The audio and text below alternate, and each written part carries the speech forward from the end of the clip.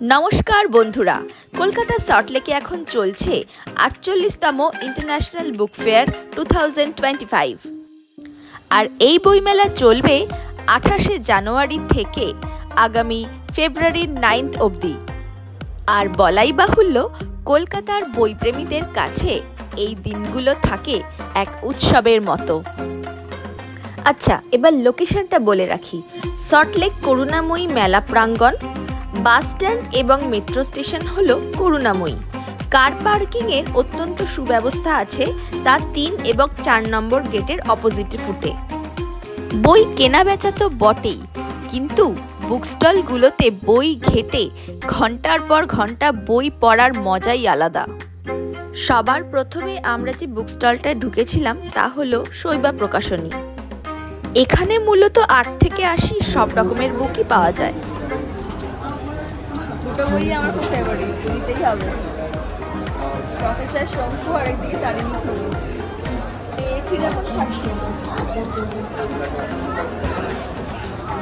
অদ্ভুত ব্যাপার, আমরা সবাই জানি মন্টে ফন্টে মানে একটা বাংলার অসাধারণ একটা দুটো কার্টুন ক্যারেক্টার, আর সেটা বাংলায় স্বাভাবিক বই পাওয়া, কিন্তু এখানে আমি ইংলিশে পেয়ে গেছি। আমি তো নিচ্ছি, তুই নিয়ে নিচ্ছিস? হ্যাঁ। আর এই সেই বিখ্যাত আনন্দ প্রকাশনী, যেখানে ঢুকতে গেলে লম্বা লাইনে দাঁড়াতেই হবে। 2025-এর এইবারের কলকাতা বুক ফেয়ারের থিম কান্ট্রি হলো জার্মানি।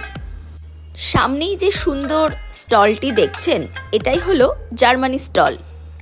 প্রসঙ্গত বলে রাখি, বইমেলা প্রাঙ্গণে ঢোকার টাইম কিন্তু দুপুর 12টা থেকে রাত 8টা অবধি।